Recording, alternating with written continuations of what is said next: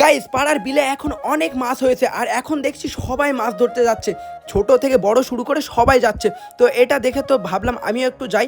তো তার আগে দেখে নাও এই ছোট ছোট ভাইগুলো কত মাছ ধরেছে, মানে দুটো দুটো করে 4টে মাছ ধরেছে। আর এখানে আরেকটা ভাই দেখো 4টে মাছ ধরে নিয়ে এসছে।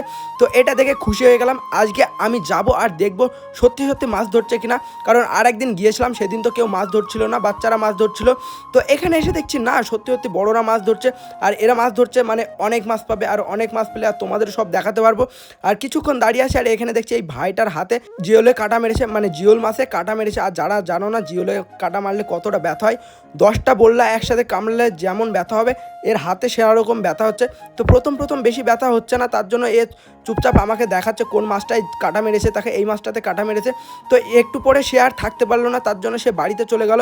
আর এখানে দেখো এরা কত মাছ ধরেছে, পুরো এক হাঁড়ির হাফ হাঁড়ি দেখো মাছে ভর্তি হয়ে গেছে। আর নেক্সট ভিডিও আমরা বড় ভিডিও নেব, নেক্সট ভিডিও দেখার জন্য সাবস্ক্রাইব করো। ওকে টাটা, বাই বাই।